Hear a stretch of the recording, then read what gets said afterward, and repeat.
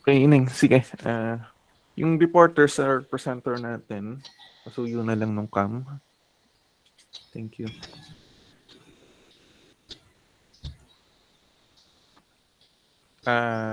Sino bang una magpe-present? Gian? Sige. Okay. So, good morning po sa inyong lahat. We are here to discuss about the causes of earthquake and faulting. Sasabihin ko na po ay ina-encourage po namin ang lahat na makinig ng maayos dahil mamaya po ay may quiz po kami. Your cooperation po will be very much appreciated po. Tsaka meron din po kaming reward. Prize. Thank you po. So, yon, before we start, let's have a short introduction about what earthquake is. Earthquakes are sudden and violent shaking of the ground caused by a sudden release of stress along faults in the Earth's crust. It can occur naturally or due to man-made causes. Earthquakes can be generated due to natural causes tulad na lang ng volcanic activities or yung volcanic eruption, pati sa movements ng plates. Pwede din naman na dahil sa mga activities na ginagawa ng tao or tulad ng mga industrial processes at saka ng nuclear bombing. Or ang tawag din sa mga man-made earthquakes ay induced seismicity. It refers to the typically minor earthquakes and tremors that are caused by human activity that alters the stresses and strains on Earth's crust. Maliit lang yung chances nito kasi yung mga energy na napoproduce dun sa mga activities na yan is kailangan malalakas talaga para makapag-trigger siya ng earthquake. And then, since ang most ng earthquakes ay dahil sa plate tectonic movement or 90% ng mga earthquake phenomenon ay dahil sa plate tectonic movements lang or naturally occurring, doon tayo pinaka magpo-focus sa report na to.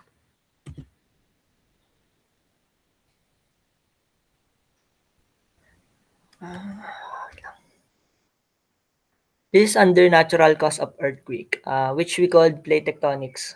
So the tectonic plates are in continuous movement against each other at a rate of 1 to 2 inches or 3 to 5 centimeters per year. So dito sa plate tectonics, since yung crust natin ay divided sa several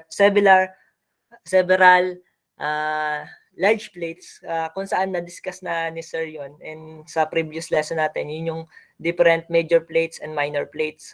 So dahil sa continuous na paggalaw nito, yun yung kaya nag-o-occur yung earthquake. And most of the time, sabi nga sa kanina, most of the time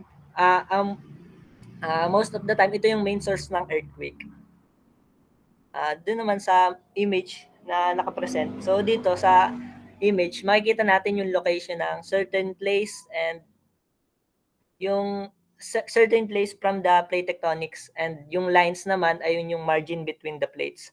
So sa analysis naman yan, we classify yung mga margin as yung nasa baba o yung legend.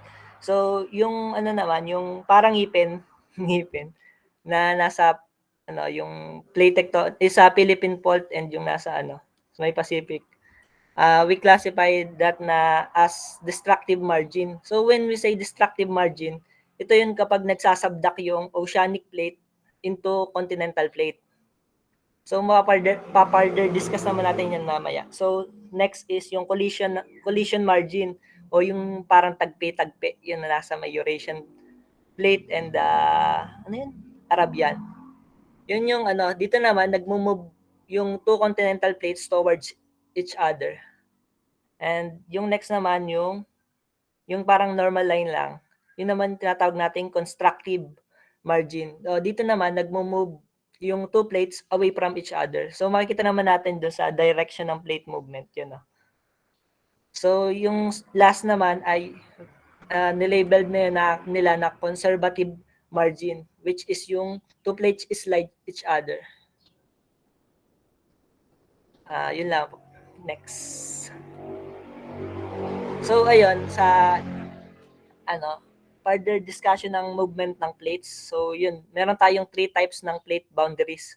Which is familiar na naman tayo dito, na-discuss na to since grade 6, tsaka nung high school, nung senior high school sa earth science. Yun yung convergent boundaries, divergent boundaries, transform boundaries. Wherein yung sa convergent boundaries, nag-move towards each other yung dalawang plate. And sa divergent naman, nag-move apart.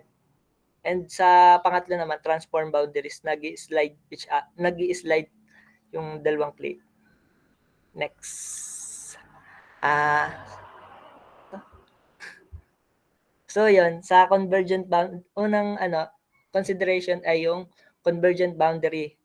So plate dito, yung plate moves into one another. Wherein plates serving land masses collide, the crust crumpled and buckled into mountain ridges. So ito, nakalimutan ko sabihin. So dito pala, ito ay considering continental to continental plate. Yan. So dito nagko-collide yung dalawang continental plate. So kaya nagkakaroon ng formation ng mountain ranges. And yan, next picture. Next slide. So for example naman, yan yung formation ng Himalayan mountains, which is the highest mountain range in the world sa So dito, it formed due to the collision ng Indo-Australian plate and Eurasian plate. So as a proof naman, we can observe yung pattern ng land masses na yun nga, nagbakal yung mga lupa. Next slide. So, another consideration ay yung convergent boundary sa naman, sa oceanic and continental plate. So, dito, it also occurs where a plate of ocean dives in a process called subduction under a landmass. As the overlying plate lift up, it also forms mountain ranges. So dito naman, sa picture kanina ng plate tectonics and yung margin, ito yung sinasabi nating destructive margin, which is yung nasa plate, nasa Philippine plate and yung nasa may pa ba yun? Basta yun, yung parang ngipin. Ito yung sinasabi nating destructive. So yun, ang niya ay yun nga, example dito. Usually ang nagsasabdak is yung oceanic crust. Kasi kasi kung kasi mas denser yung oceanic plate than the continental plate. So pag sinabi nating pasimple natin, mas mabigat yung oceanic plate kasi yung kine-carry niya ay water. So yun yung magsasabdak kung anong mas denser. So since nagsasabdak yung isang plate, as it touches the asthenosphere, nagme-melt yan and sumasama siya sa mantle and nagiging magma.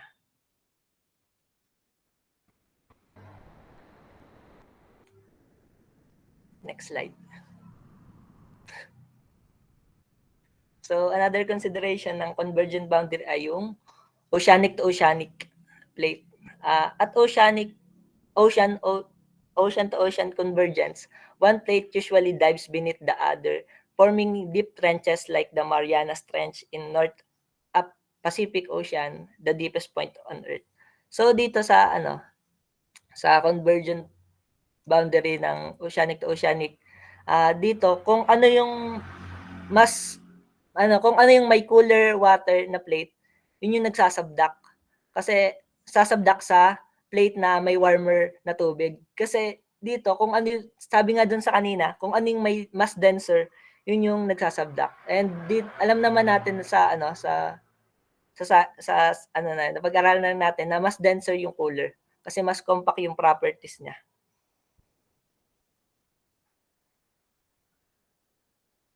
And next, ayun dito sa So kapag nagsabdak nga yun, nagpo-form tayo ng mga trenches kasi dun sa simula ng subduction zone, dun na po-form yung trenches. And yun nga, aside sa formation ng trenches, nagkakaroon din ng trigger para magkaroon ng volcanic activities. Kasi yun nga, kapag nagme-melt yung plate, syempre nagiging magma.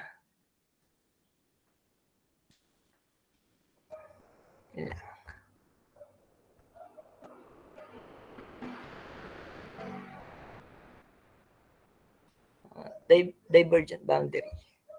So yun, next naman yung pangalawang natin sa three type ng plate boundary, divergent boundary.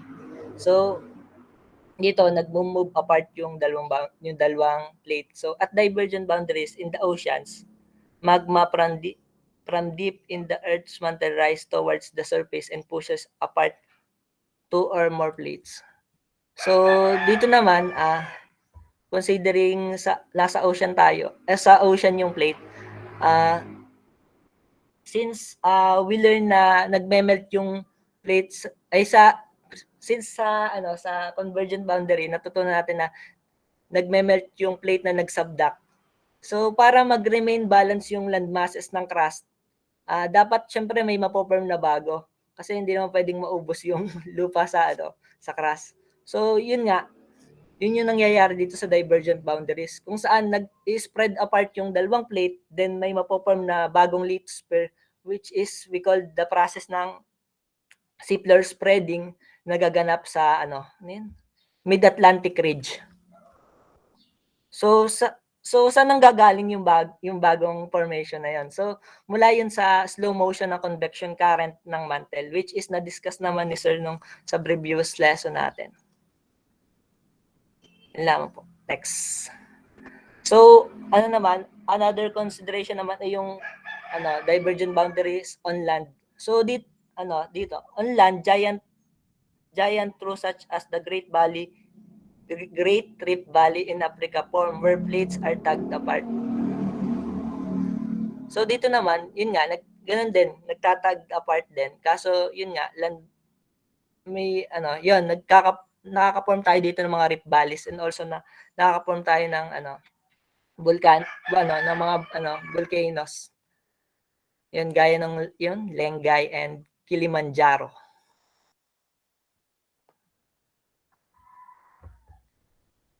So, yung huli naman, yung pangatlo, is the transform boundary, wherein plates move sideways in relation to each other. So, this boundary do not produce spectacular features like mountains or oceans, but the halting motion often trigger large earthquakes. So dito nga, unlike dun sa dalawa na convergent and divergent, wherein nakaka-produce tayo ng mga mountains, volcanoes, and oceans, dito naman walang ganon kasi sideways naman yung movement nung plate. So hindi naman yung naapektuhan yung So yun, kaso yun nga effects niya sa surface ng Earth ay din, talagang malakas din.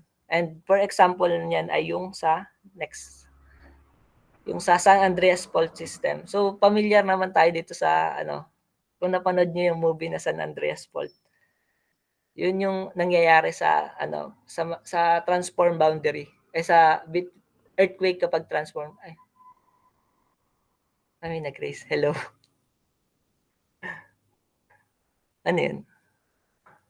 Wala, sorry, napindot. Okay lang. So yun nga, yung So yun yung ang San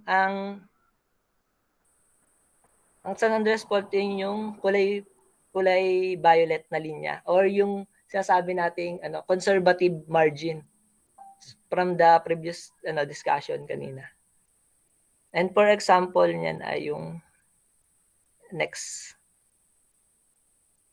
yung earthquake noong 1906 sa San Francisco, they called it San Francisco earthquake. The San Andreas Fault slipped along a segment about 270 miles or 430 km long. So yung earthquake na yun nag-cause ng 3,000 deaths, 250,000 homeless, 28 buildings destroyed and $350 million damage cost. Next. And yun nga, alam naman natin na hindi lang, may nakikreate din na hazard yung earthquake. And yun nga, nagkaroon during sa San Andreas, sa San Francisco, yun nga, nagkaroon ng sunog na nag-continue for 4 days. And yun nga, tumigil lang yan sa, nung time na umulan. Next. Yun, nag-prepare kami ng video para sa mas malinaw na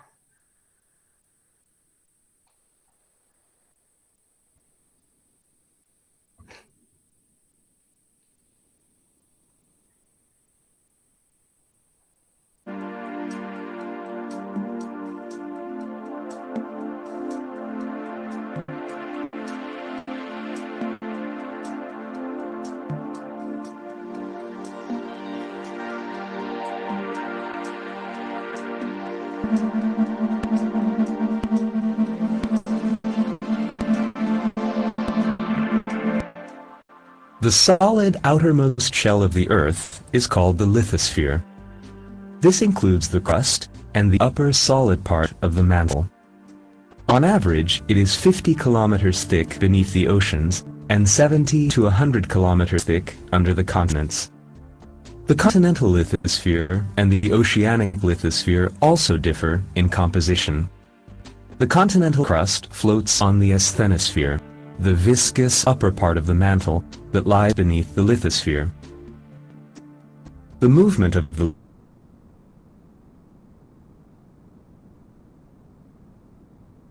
lithosphere, which can be observed in a great number of places, is the reason behind earthquake, but along longitudinal belts.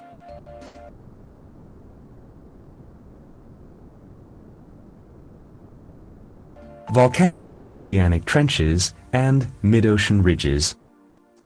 These motion processes mark the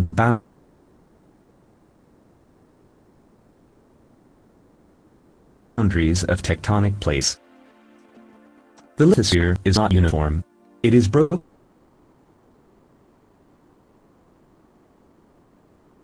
up into tectonic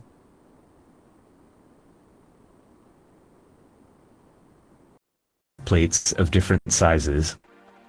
Today, we know of 7 major tectonic plates and a number of other smaller ones, which all move in relation to each other. The 7 major tectonic plates are the split. There are 3 types of tectonic movement: convergence, divergence, and subduction. Mid-ocean ridges represent an example of divergent plate boundaries.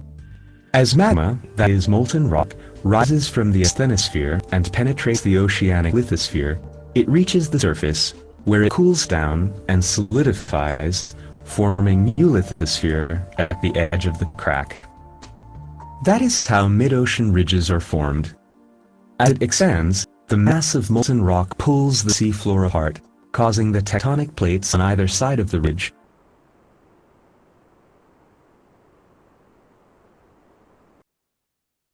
to move away from each other. Thus, the ocean has been formed. However, since the surface of the Earth cannot increase continuously, the surface of oceans cannot increase continuously either. The opposite boundary of the oceanic plates approaches another plate. When the 2 tectonic plates collide,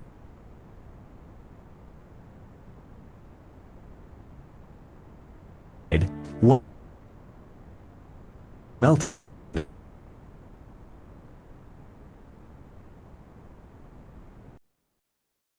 incorporated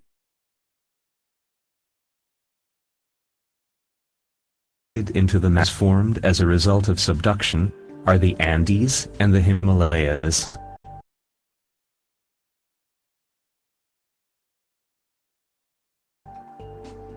On rare occasion, 2 adjacent plates slip along a fault, resulting in an earthquake.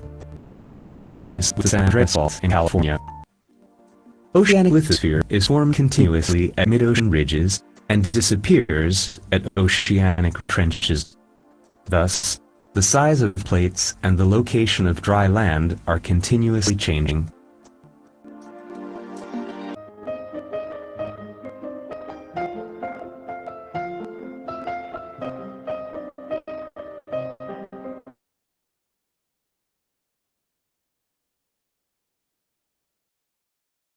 To form anticlines and synclines. Sometimes the compressive forces are equal. When this occurs, a symmetrical fold is formed.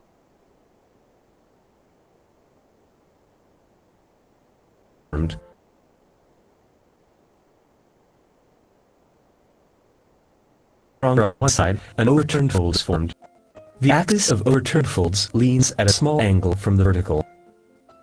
When one of the lateral forces fold is formed.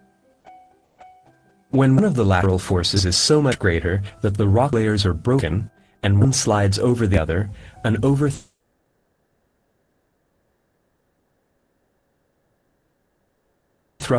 The Scythian mountains were both formed in folding processes.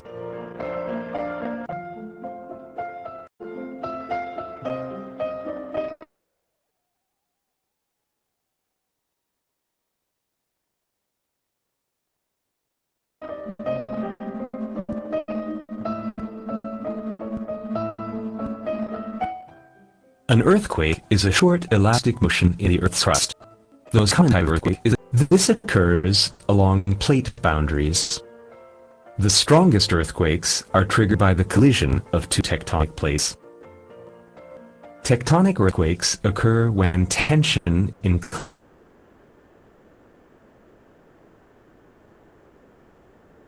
colliding tectonic plates has accumulated to a point where resulting stress exceeds the plate's resistance and their ability to deform.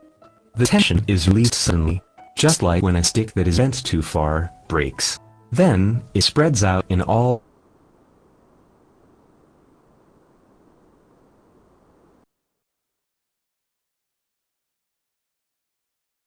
directions in the form of waves. The point of origin of an earthquake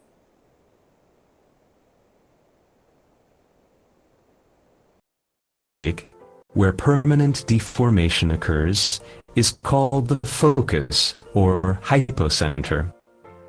The point on the Earth's surface nearest here the earthquake has the greatest strength and destructive power. Center spreads in the form of waves. These waves travel through the interior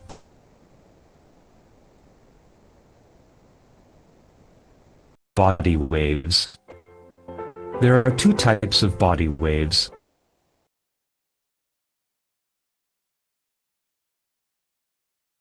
From the direction in which the particles move. The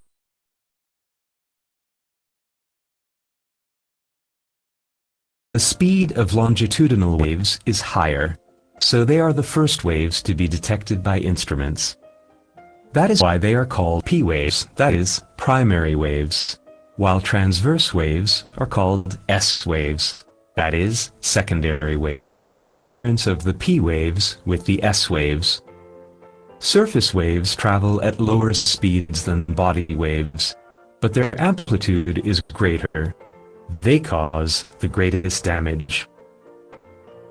Several thousand earthquakes occur daily on Earth. Most of them are so weak that they can only be detected by instruments. These instruments, called seismographs, measure and record the ground motion caused by seismic waves during an earthquake. A seismograph consists of a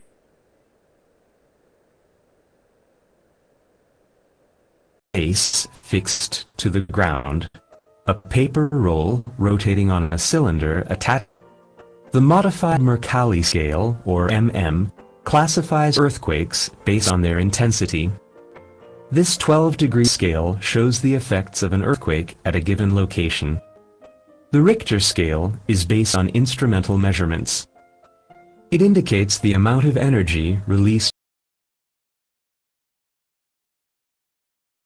during an earthquake. i.e., the magnitude, measured by seismometers. Each unit increase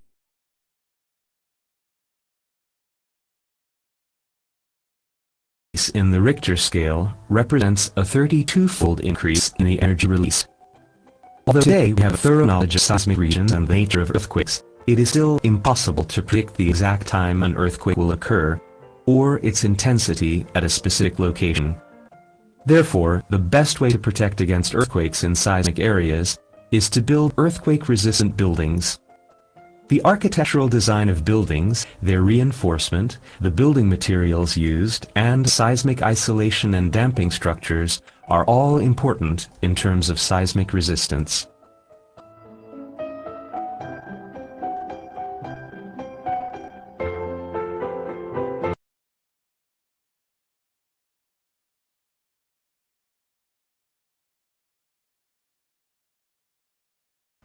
So, ayun. For next, we're going to discuss the geographic location ng Philippines. So, ayun, yung Philippines is papalibutan ng Philippine Plate and the Eurasian Plate. And with regard naman sa location natin from the Ring of Fire. So, when we say Ring of Fire, ito yung mga region around the rim ng Pacific Oceans. Kung saan karamihan ng volcanic eruption and earthquake occurs. So, yan, yung kulay pink, yun yung region ng Pacific Rim of Fire. So, yun, dito tayo sa yun yung Philippines. Wherein meron tayong napalibutan tayo ng dalawang major active volcanoes which is yung Taal and Mayon volcanoes. Lang po. And for the transition naman yun nga sa transition sa another cause ng earthquake ay among those three types of plate tectonics, most of the time volcanic eruption occurs due to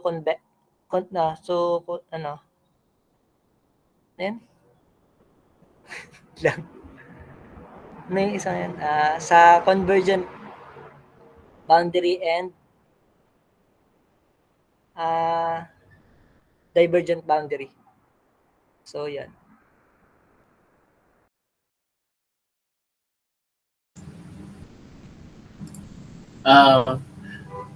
Another cause of the earthquake is volcanic eruptions. Such type of earthquake occurs in areas with frequent volcanic activities. When boiling lava tries to break through the surface of the earth with the increased pressure of gases, certain movements cause in the earth's crust. Movement of lava beneath the surface of the earth can also cause certain disruptions. This sends shock waves through the earth, causing damage. These earthquakes are mild. The range is also limited. However, there have been certain exceptions with volcanic earthquakes bring havoc and death to thousands of people. So, sa Pilipinas, madalas ito nangyayari. So, one example is itong Taal volcano eruption that happened 2020 dito sa Philippines. According to PBOX, more than 550 volcanic earthquakes and 172 of which were felt by locals have shaken the area around Taal between the beginning of the eruption at 1 p.m. on Sunday afternoon and Thursday, January 16 at 8 a.m. Next po, question. Man-made is another cause of earthquake that interference of man with nature can also become a cause of the earthquake. The disturbance of crustal balance due to heavy clubbing of water in dams can cause earthquakes. Nuclear bombing can send specific types of shockwave throughout the surface of the earth, which can disturb the natural alignment of tectonic plates. Mining can also cause disturbance due to the extensive removal of rocks from different areas. So, sa pictures na to, so first picture is some examples of industrial na mga projects or some man-made causes of man-made earthquakes like hydrocarbon storage and extraction, yung mga geothermal energy exploitation, mga mining operation. And doon naman sa isang picture is ito yung sinasabing man-made caused earthquake by nuclear bombing na sabi nga na nakakapag-release din ng shockwaves throughout the surface of the Earth. So here's a short video.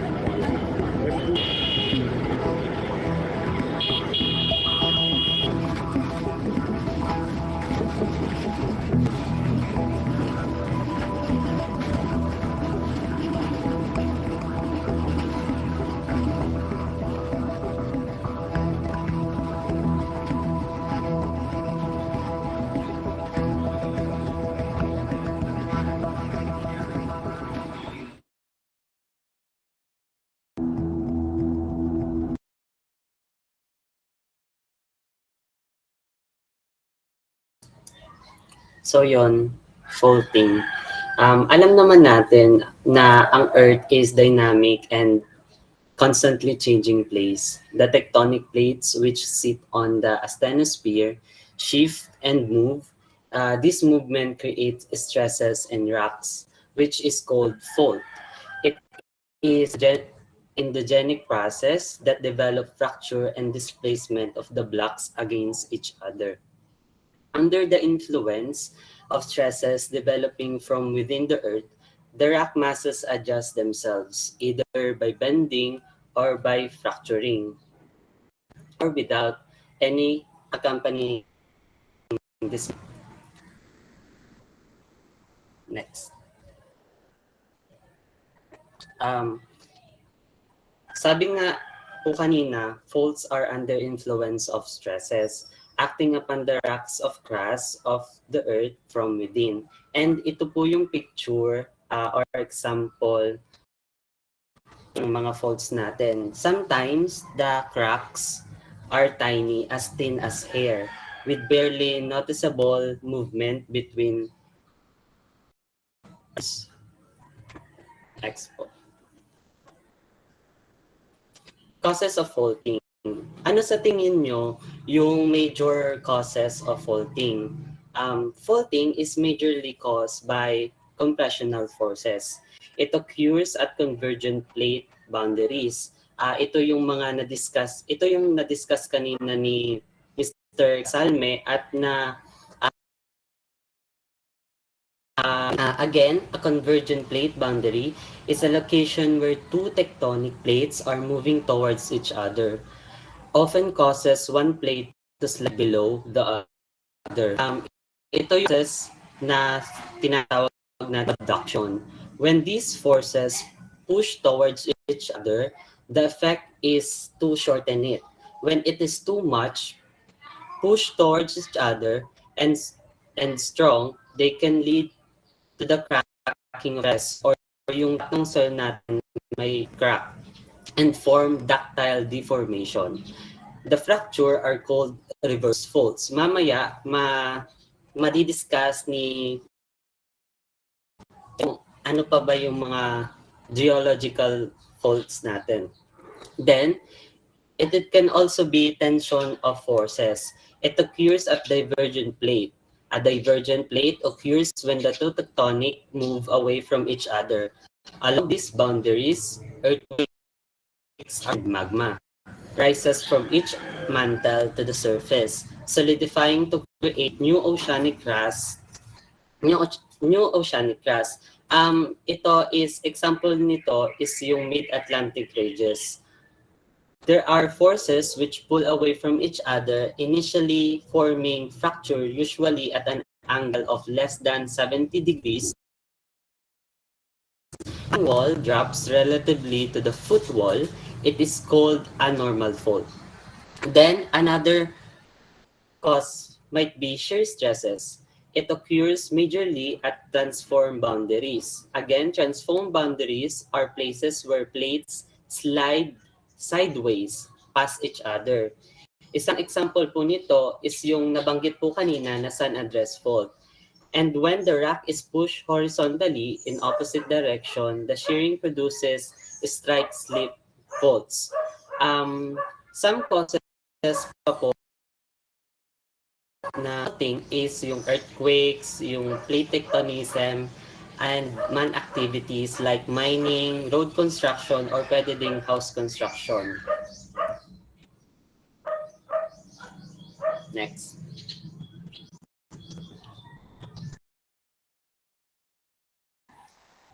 So now we're going to discuss about the types of geological faults according sa mga movements nila. First one is the normal fault, or these faults are generated by traction. Pag sinabing traction, yun yung kapag nagpo-pull away yung mga mga plates natin or yung mga land tao dito, o yung crust. Tapos the motion is predominantly vertical in to the plane of failure, which typically has 60-degree angle to the horizontal direction. The hanging walls slides down the footwall. Siyempre, ang tinatawag nating hanging wall, ito yung nakapatong doon sa footwall, black. Siyempre, kapag ka nagpo-pull away, normal lang na ang movement niya is vertically downward or magi-slide siya pababa kasi syempre alam nga naman pag hinila mo paangat pa yung movement ng crust natin. Kaya yon, ang tawag dito sa nagi-slide down ay yung hanging wall, tapos yung footwall ay yung pinagpapatungan niya. Next ay yung tinatawag natin na reverse fault. Reverse fault is generated by compression or yung kapag ka nag-move towards each other. The movement is usually horizontal and the fault plane typically has a 30-degree angle, dito yon, 30-degree angle to the horizontal direction. The ceiling block is located on the footwall, or yung ceiling block, yun din yung hanging wall. Kabaliktaran lang nung kanina, as the name suggests itself, reverse, kabaliktaran lang nung normal fault. Yung normal fault is kapag yung naghihiwalay nga yung dalawang blocks or dalawang part ng crust. Ito naman yung kapag ka nagpo-push siya papunta towards each other.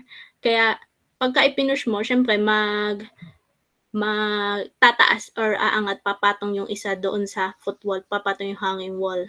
A thrust fault is a type of reverse fault that has a dip of 45 degrees or less. Ito yung thrust fault. Kung makikita nyo naman, mas inclined. Ang reason for this is because yung reverse fault, nangyayari siya doon sa kapag yung lands ay nagmo-move siya to, yung isang part ng land nagmo-move upward doon sa other side. Kapag naman sinabi natin na thrust fault, dito na kasi nangyayari yung ito kasi yung break sa earth kapag pumapatong yung older rocks dun sa yung younger rocks ay nagpumapatong doon sa older rocks. Kasi kaya ganyan yung kanyang angle diyan. Parang completely napapatungan na niya ng yung lumang part ng land or yung tinatawag na footwall block. So tandaan niyo to. And then, next one is yung strike slip fault. Ito naman yung, di ba pagka meron tayong meron tayong shear stress, ito, nangyayari to yung kapag nag-i-slide past one another yung blocks or yung plates. Tapos, transform fault boundary is a type of strike slip fault that is formed between two different plates. Ito ang pinagkaiba lang nun kasi yung transform fault boundary, nag-o-occur siya in between plates, samantalang yung strike slip fault ay ito in between sa mga land ganun. Kasama na rin yung sa mga plate sa mga in between plates. Yan, meron tayong two types of strike slip fault, yung dextral tsaka sinistral. Kapag sinabi nating dextral, ang movement niya is parang clockwise or tinatawag din siya na right lateral strike slip fault kasi yung movement niya is pa-right. Kunwari dito sa magsisimula dito sa taas, pa-right siya, tapos iikot siyang ganun. Kaya din siya tinawag na yung pa-clockwise. Basta pag dextral, pa ganyan yung kanyang movement nung pag-slip. Tapos kapag ka naman pa-left yung slip, kasi 'di ba pag nandito ka sa part na to, pa-left siya, tapos pag nandito pa-left din. Or ang parang direction niya is pa-counterclockwise. Ang tawag naman doon ay sinistral or left lateral strike slip fault. Last one is yung oblique fault, or ito naman yung parang combination ng vertical and horizontal component. Nagmo-move siya ng pa-vertical tsaka pa-horizontal.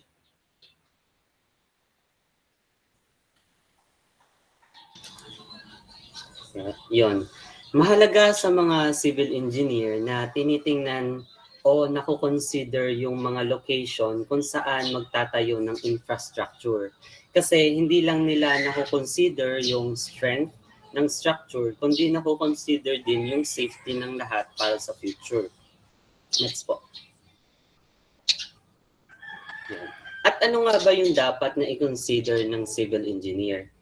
The engineer has to consider faults and faulting from three angles. First is what have been the effects of faulting on the rocks of the region in general and that on the proposed site in particular. Especially kung gaano katagal yung rocks na suitable para sa structure natin. Kung paano ba makaka-epekto ito sa strength, lalong-lalo na sa foundation at sa lateral pressure nito. Second is dapat na i-consider yung past faulting that caused rocks practically useless. In other words, kailangan pa ba i-design yung structure doon sa site? Magiging safe pa ba ito? Ano yung probability ng faulting again in same site during the lifespan of the proposed civil engineering project? Third is, ano ba yung factor of safety na dapat tiningnan ng design at construction of the proposed structure? Kung yung site is faulted, wala na bang ibang paraan para dito? Mas ma-explain pa yung tatlong angles na ito sa mga susunod na slides. Next. Yon. Yung solusyon sa problema ng location ng isang project sa isang region na pinaghihinalaang may faulting, pwede natin i-analyze. First, the civil engineering has to ascertain o makita yung presence ng faults. Ano ba ang klaseng faults ito? Ano ba yung lawak nito? And also, tanungin natin yung mga geologists, ano ba yung magiging epekto ng faults na ito sa project area? Example of this is the embankment of the Bakr Dam in India, shown occurrence of numerous shear zones in them. The site could not be changed because of other reasons. Hence, it was decided to treat the shear zones by extensive excavation of shield materials and backfilling with cement grouting. Yon, yung naging solusyon daw nila dito is nilaliman nila yung hukay para maging finil nila ng mas maraming cement para mag-stable yung mas stable ito. Next.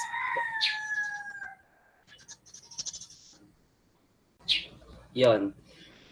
The safety of civil engineering structure built or near a faulted rock can be ascertained only in general way. The tectonic history of the area under consideration must be known truly. Faults of any significance are always associated with earthquakes. That is why yung mga data na nakukuha ng mga expert kung gaano ka dalas yung lindol at yung magnitude nito, gaano ba kataas ito? Ano ba yung effects na iniwan nito sa isang region? Yung tamang position area ng construction with respect to seismic zoning ng bansa ay dapat na sundin o maitatag ng lubusan. Next po.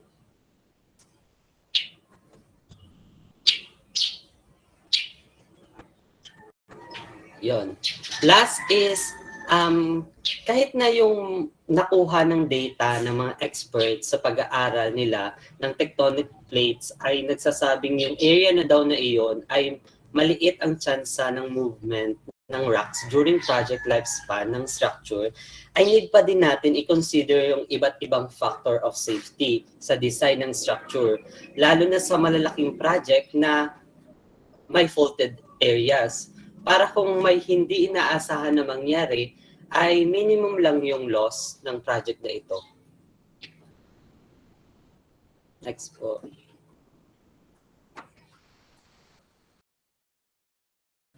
So yun po, bago po tayo mag-proceed sa quiz show, let's have a short or brief recap muna po dun sa report namin.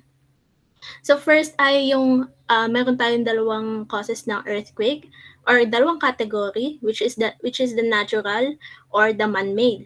Sa under natural ay yung kabilang yung movement ng plate tectonics na nakakapag-produce ng around 90% ng lahat ng earthquake phenomenon sa mundo. And then another reason for earthquake is the volcanic eruptions or yung dahil doon sa explosion nito nakakapag-trigger siya ng earthquake. And then under naman sa man-made or yung sa induced seismicity, yung mga industrial processes or yung like mining, hydraulic, yung pagsipsip ng ng tubig sa lupa. And then yung nuclear bombing, yon. Tapos alam nyo ba, ito lang ha, alam nyo ba kung anong sinasabi ng alam nyo ba kung anong sinasabi ng plate tectonic kapag ka nagkakaroon ng induced earthquake or ng man-made earthquake? Ano? Ano po? Sabi ng plate tectonic kapag nagkakaroon ng man-made earthquake ay, it's not my fault. Tawawa kayo.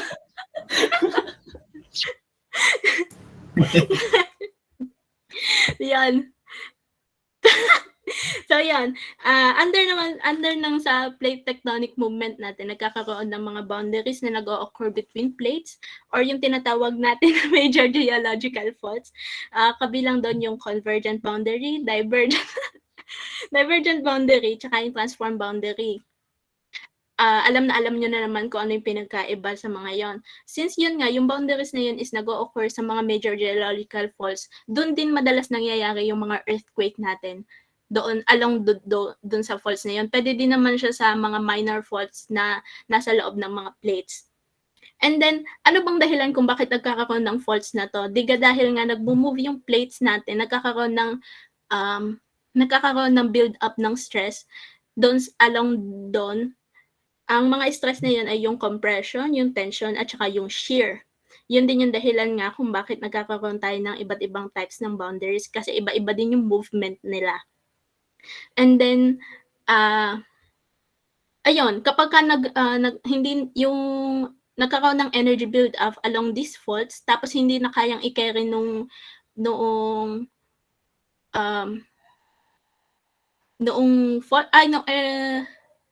plate na yun or nung area na yun, nagkakaroon ng release ng energy. Kaya nagkakaroon tayo ng earthquake. Tapos yun, nabanggit din yung mga types ng geological faults na according nga sa movement, yung normal, kapag ka nag-i-slip or nagpo-pull away siya, kaya bumababa yung hanging wall. Yung reverse fault naman, syempre kabaliktaran. And one type of reverse fault ay yung thrust fault na kapag ka pumapatong yung younger doon sa older plates or older portion of land. And then yung strike slip fault, katulad lang nung nga kapag ka nagkakaroon ng transform boundary, yung sliding past each other, and then the oblique or yung combination ng dalawa. Tapos, yung mga engineering considerations din natin nabanggit kung bakit ba mahalagang pag-aralan natin yung mga faults or yung mga faulting, yung mga history ng earthquake, bakit kailangan nating i-consider yon kapag magpapatayo tayo ng structures. Kasi nga, titingnan natin kung ano ba yung mga posibleng mangyari, kung ano ba pwede maging movement noong plate na yun kapag nagtayo tayo doon. Siyempre, maaapektuhan yung ating mga structures. At kahit pa na natin na habang sa pag-aaral natin ay na-discover natin or na conclude natin na hindi magkakaroon ng rock movement for the next few years or for the next years, kailangan pa rin natin mag-consider ng factor of safety. Ayun lang. So, yon. Pwede na tayo mag-quiz show. Ready na ba kayo? Pwede na. Ay, ayaw nyo ata. Meron po tong premyo. At hindi lang po para sa first, meron din premyo yung magiging second at third.